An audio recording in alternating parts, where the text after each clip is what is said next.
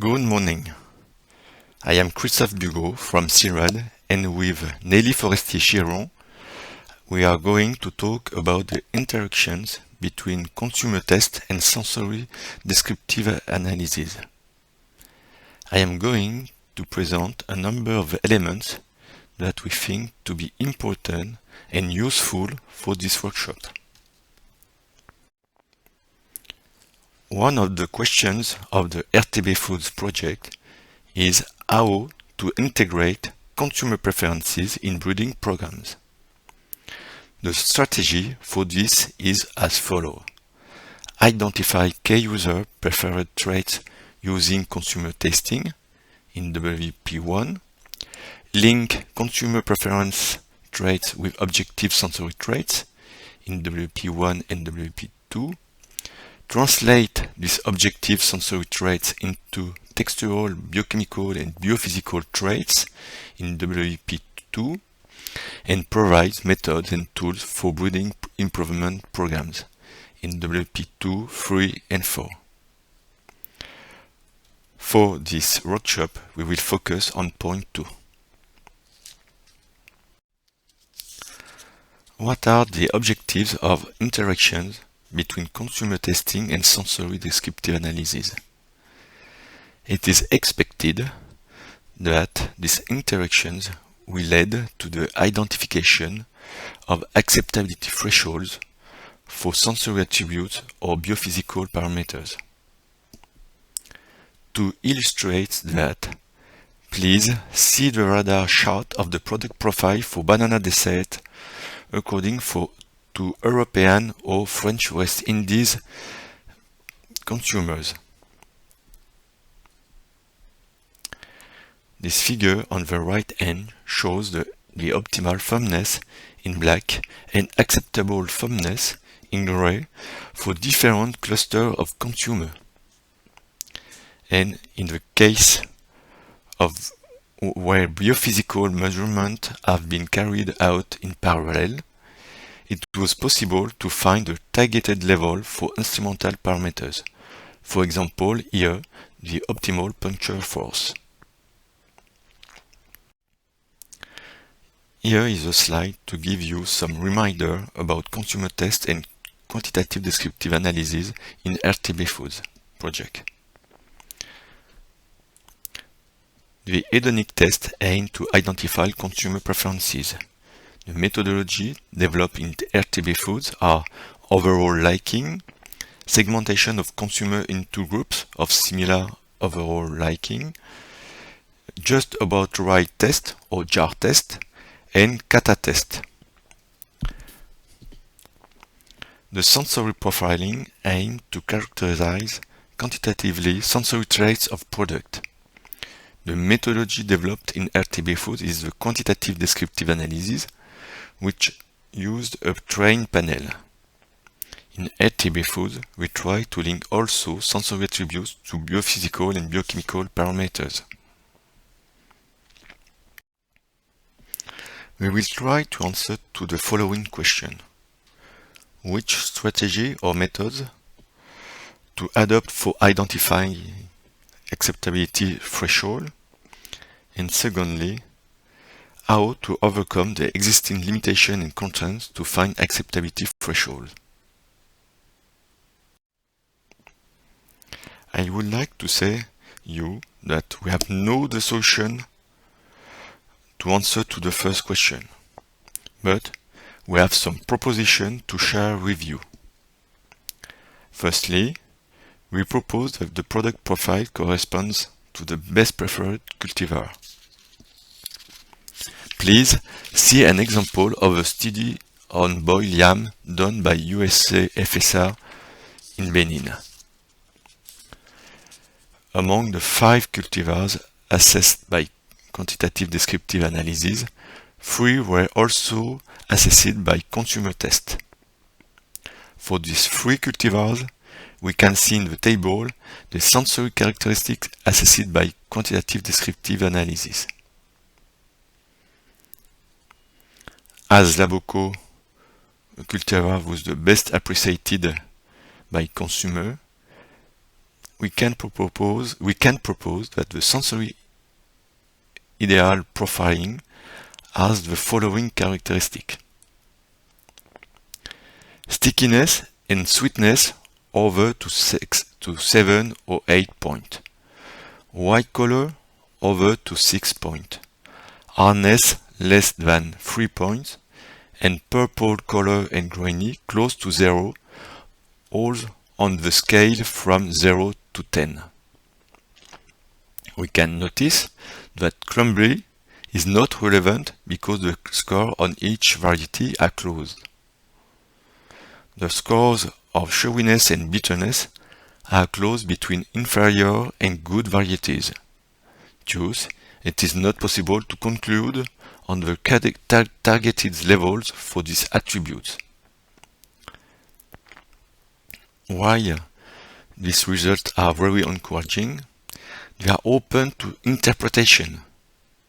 Actually, with only 3 cultivars, it is not so evident to establish correlations between the score of the consumer test and quantitative descriptive analysis.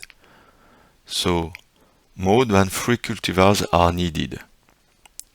Moreover, it is not so evident that the sensory attributes which determine if a cultivar is well or not appreciated are present in the list of vocabulary in the quantitative descriptive analysis.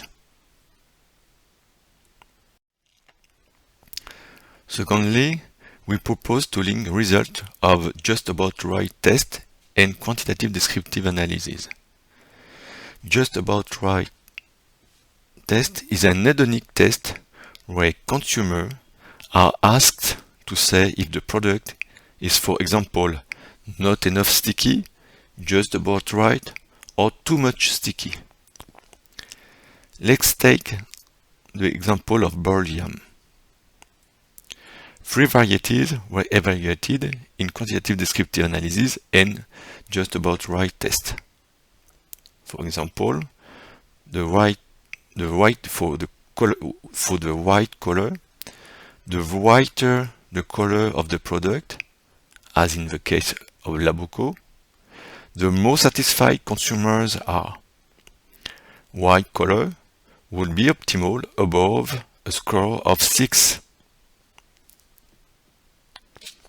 For stickiness, the relationship between the result of quantitative descriptive analysis and the Just About Right test was not so evident than white color. But it seems that more than 80% of consumers are satisfied when sticky is scored above a value of 4, like Nidou and Labocco. For hardness, the relationship is also not evident. It is clear that Labocco, which is low score in hardness, 2.4, was well appreciated by consumers. Pété, with its score of 5.8, was judged by consumers too much firm. But why it is not the case for Nidou, the hardest yam? In conclusion, this example shows that it is possible to find acceptability threshold for sensory attributes, but only if the relationships between the score of quantitative descriptive analysis and the frequency of Just About Right are consistent. In any case, to find targeted levels or acceptability threshold, it is important to increase the number of products, more than 3, and to check that products assessed by JAR and QDR tests are similar. Looking at the current situation in RTB Foods project on sensory aspect, we found some challenge limitations. Firstly, with regards to cultivar used for consumer test, about 4 or 7 cultivars were assessed per product. For a product, cultivars which were assessed in different areas were not all the same. The cultivars were not always contrasted in terms of acceptability. All cultivars used in consumer tests were not systematically assessed by quantitative descriptive analysis. We observed that maximum 3 cultivars were common between both tests. Since the processes and probably raw material were different between consumer and descriptive tests, how can we be sure that the products from the same cultivar were identical? Secondly, with regards to attributes used for consumer tests, char and kata test,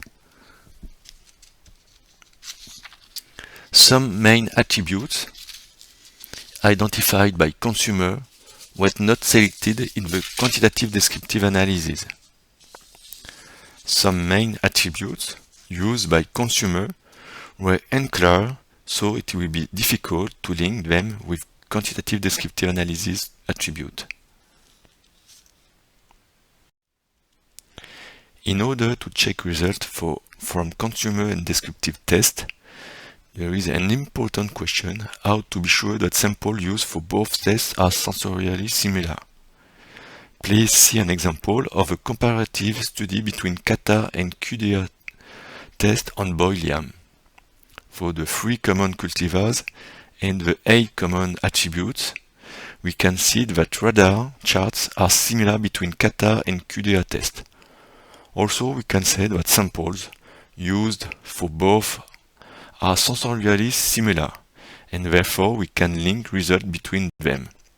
In this example, another solution is to evaluate the biophysical characteristics of the product used for consumer and descriptive tests. To conclude, we can say that to determine acceptability thresholds, different methods or strategies exist. The validation of these acceptability thresholds will be done by WP5 in RTB Foods project. The acceptability thresholds for some attributes can be hard to identify. Finally, here is a publication on desert bananas that shows how to identify threshold of acceptability from just about right test and quantitative descriptive analysis. Thank you very much. I'm ready to answer to your question.